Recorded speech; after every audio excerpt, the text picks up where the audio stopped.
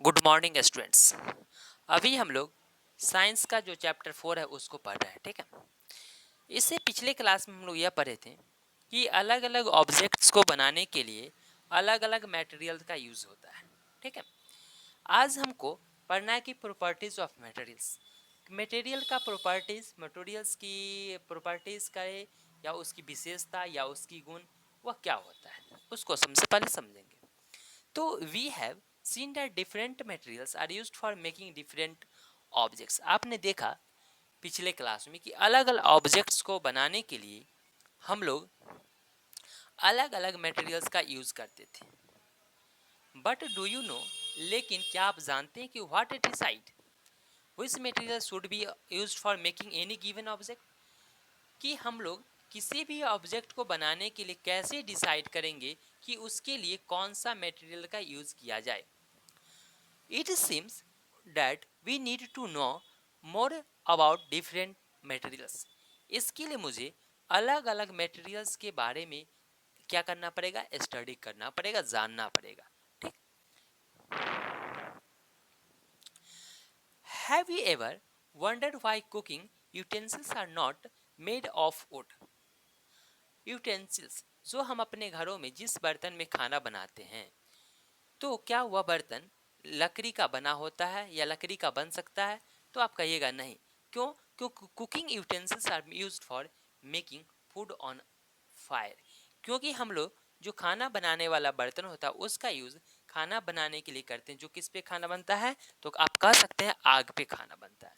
तो if you make them with would they would burn. अगर हम आग के साथ लकड़ी को रखें तो क्या होगा? वह जल जाएगा, जिसके कारण खाना बनाने वाले जो यूटेंसिल्स होते हैं, बर्तन होते हैं, वो लकड़ी का नहीं बनाया जा सकता। Therefore we must use metals or steel like material that will withstand such high temperature. तो खाना बनाने के लिए हम ऐसी चीज़ का यूज़ करते हैं, ऐसे मेटल्स या मटेरियल्स का यूज़ करते हैं जो हाई टेम्परेचर में भी रह सके, वह जले नहीं। Similarly it would not be wise to use cloth of making tumbler because cloth cannot hold water. अगर हम बात करें इस तरह से ही कि हम लोग ट्यूम्बलर, एक गिलास जिसमें पानी रखते हैं, वह कपड़ा का बना सकते हैं या नहीं? तो आप कहिएगा नहीं, क्योंकि because cloth can not hold water. अगर हम किसी कपड़ा में पानी रखें तो वह पानी को होल्ड नहीं कर पाएगा, पानी उसमें अटक थोड़ा देर के लिए नहीं रह पाएगा, जिसके कारण हम ट्यूम्बलर बनाने के लिए क्लॉथ का यूज नहीं कर सकते। Thus we see that choosing a material for making any object depend upon two things. किसी भी मटेरियल्स को ऑब्जेक्ट बनाने के लिए हम दो चीज़ के ऊपर डिपेंड करते हैं। सबसे पहले उस मटेरियल की प्रॉपर्टी को देखना होगा और उस ऑब्जेक्ट के यूजेस को देखना होगा, कि सबसे पहले कि मटेरियल्स का यूज़ क्या है और जिस ऑब्जेक्ट को बना रहे हैं उस ऑब्जेक्ट का यूज़ क्या है। यह दो चीज़ पे मुझे डिपेंडेंट या इसके बारे में जानना पड़ेगा, ओके।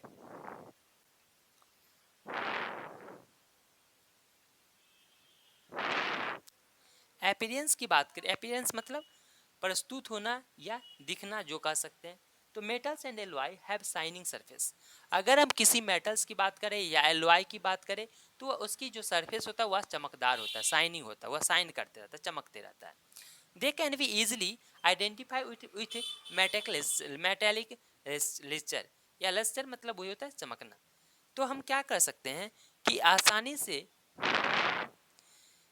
हम उसको क्या फाइंड आउट कर सकते हैं कि कौन सा मेटल है। When light falls on the surface of metals, जब किसी मेटल्स के ऊपर लाइट पड़ती है तो दे reflect it and the shine.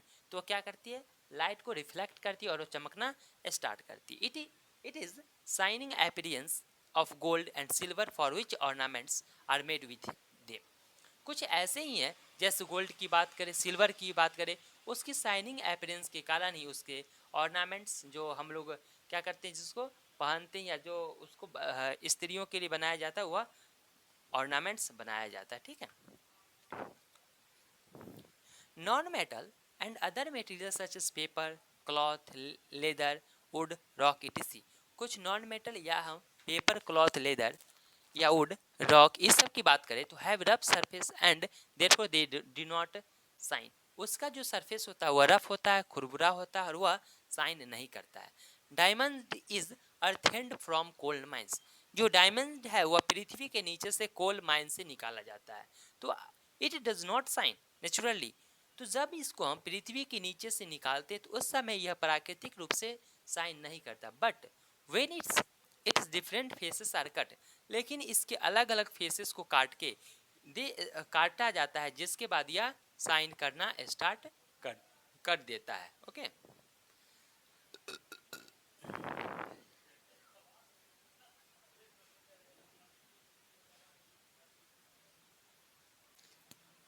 we have seen that some objects are not naturally shining but freshly cut surface of such materials, or when they are rubbed with sandpaper show luster on their surface। आपने देखा कि कुछ ऐसे object होते हैं जो वास्तव में नेचुरली शाइन नहीं करते हैं, बट फ्रेशली कट सरफेस, लेकिन उसके सरफेस को काट के उसको सैंड पेपर से रगड़ के और फिर उसको इस तरह से बनाया जाता है कि वह चमकना स्टार्ट कर देता है। तो so we can say that some metals often lose their shine and appearance dull because of the action of air and moisture on them। तो आप कह सकते हैं कि कुछ ऐसे मेटल होते हैं जो मॉइस्चर के कांटेक्ट में आने के कारण या उससे रिएक्शन करने के बाद वह अपना शाइनिंग क्या करते हैं, खो देते हैं। But we can notice the lustre on their freshly cut surface, लेकिन आपने यह नोटिस किया कि उस सरफेस को अगर हम काटते हैं फिर उस सरफेस को रगड़ते हैं तो उसमें शाइनिंग आना स्टार्ट हो जाती है।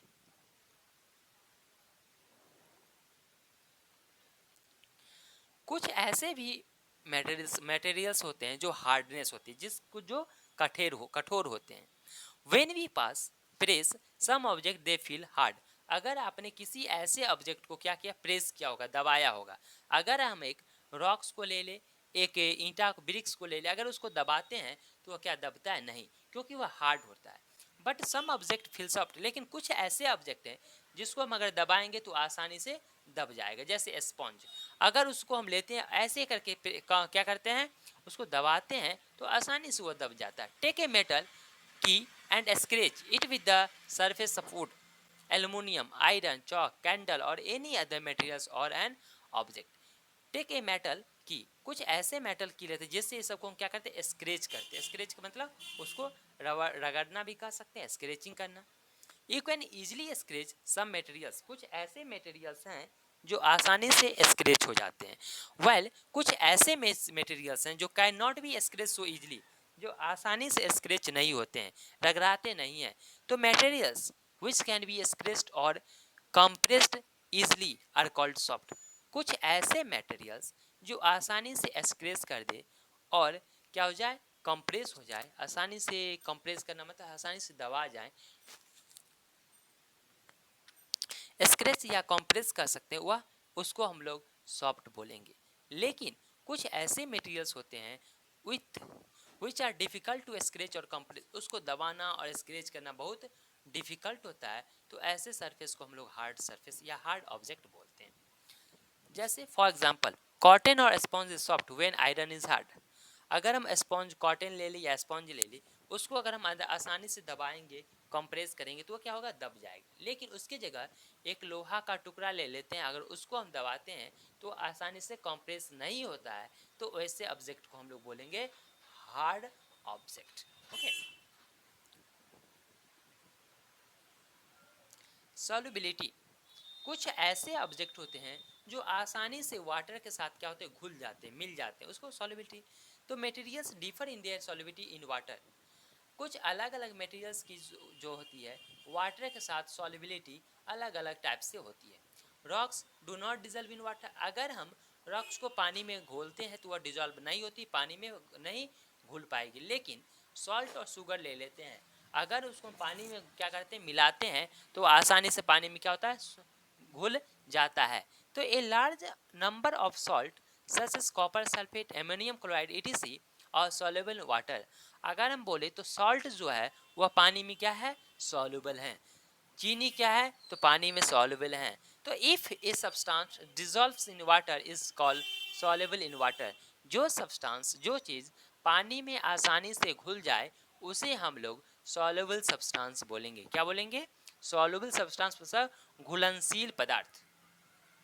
If a substance does not dissolve in water, जो सब्सटेंस पानी में नहीं घुले वैसे सब्सटेंस को इनसॉल्युबल इन वाटर बोलेंगे और घुलनशील सब्सटेंस।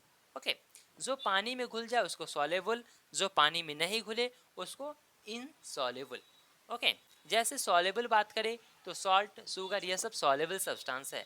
लेकिन हम यहाँ पे ले ले सैंड ले सकते हैं या अदरवाइज कुछ ले ले जो पानी में क्या हो नहीं घुले तो उसको इनसॉल्युबल सब्सटेंस बोलेंगे। Diamond is the hardest material. अगर हम बोले तो सबसे हार्डेस्ट मटेरियल क्या है? डायमंड होता है।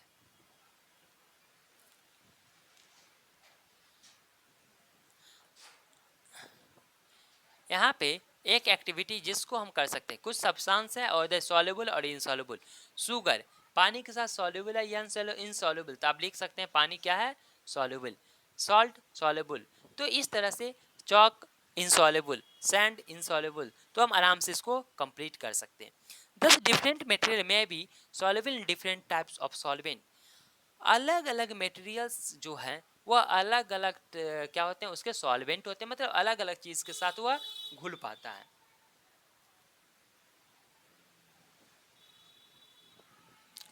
If you would notice that liquids do not get mixed with water from a separate layer, आपने यह देखा होगा कि अगर हम लिक्विड्स को पानी में मिक्स करें तो उसके साथ क्या होता है? एक सेपरेट लेयर बनाता है, अलग अलग लेयर बना लेते हैं। It is found that organic substances such as oils and petroleum product do not get mixed with water. अगर हम ऑयल्स की बात बोले, पेट्रोल की बात बोले, यह सब पानी के साथ कंप्लीट नहीं घुलता है, एक अलग लेयर बना लेता है। तो they are mixed in organic solvent such as hexagon, benzene, toluene, ethyl acetate, ये सब हैं। तो liquids which mix with each other are called mixable. लेकिन लिक्विड से जो लिक्विड उसके साथ क्या हो जाए? मिल जाए, पानी के साथ घुल जाए, उसको मिक्सेबल लिक्विड्स बोलेंगे। लेकिन जो लिक्विड्स पानी के साथ घुलता नहीं हो तो उसको क्या बोलेंगे? इममिक्सेबल लिक्विड बोलेंगे।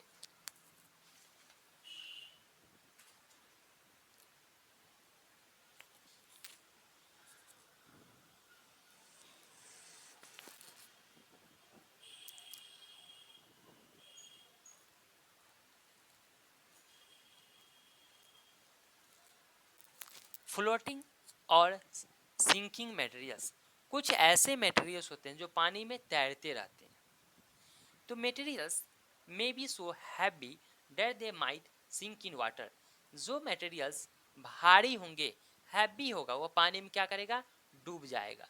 रॉक, शुगर, स्टोन, मेटल्स, अगर हम देखते हैं पानी में इस सब किसी भी हार्ड चीज़ को रखे तो क्या होगा? पानी में डूब जाएगा। फ्लोटिंग मतलब तैरना और सिंकिंग मतलब डूबना। तो जो भी सब्सटेंस हार्ड होंगे, जो भी मटेरियल्स हार्ड होंगे वह पानी में डूब जाते हैं। Are found to sink in water but soft wood, cork, etc may float on the surface. लेकिन कुछ ऐसे चीज होते हैं, ऐसे सब्सटेंस होते हैं जिसको अगर हम पानी के सरफेस पे रखें तो क्या होते हैं? फ्लोट करते रहते हैं, तैरते रहते हैं। तो this is due to the heaviness और लाइटनेस ऑफ द मटेरियल। तो यह किसके कारण है?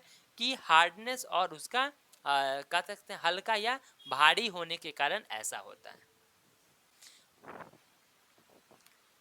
We can group objects on the basis of their floating, whether they float on the surface of water or get drawn, that is on the basis of whether their density is less than or more than that of water. Okay, तो हम इसको एक grouping करते हैं कि जो floating करने वाला है या नॉन फ्लोटिंग करने वाला है उस ऑब्जेक्ट को अलग रखेंगे, या उसके डेंसिटी के ऊपर भी डिपेंड करता है, ज़्यादा डेंसिटी या कम डेंसिटी होगा। ठीक है।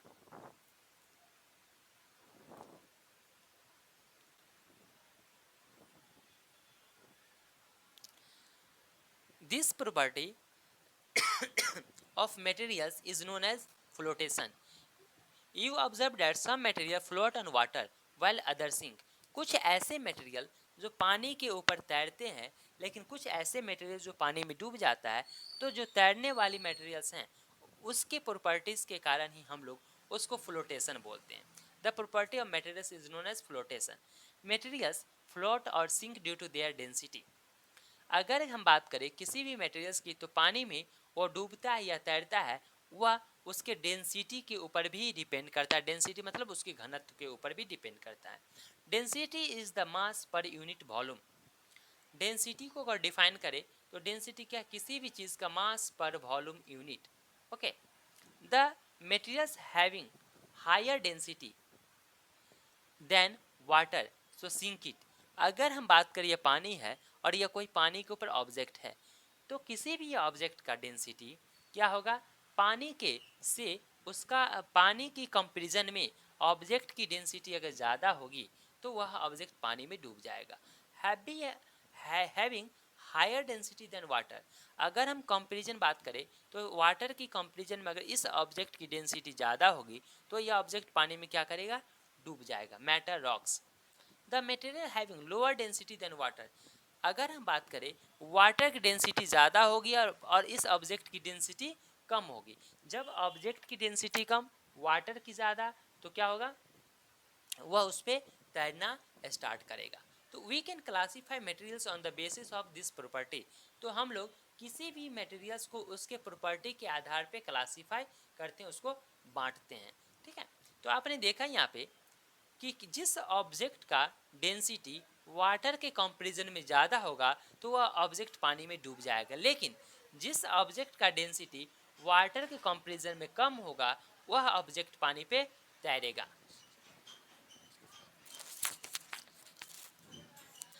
ट्रांसपेरेंसी, पारदर्शी जिसको बोलते हैं, जिससे लाइट पास कर सके, जिसके आर पार हम देख सके।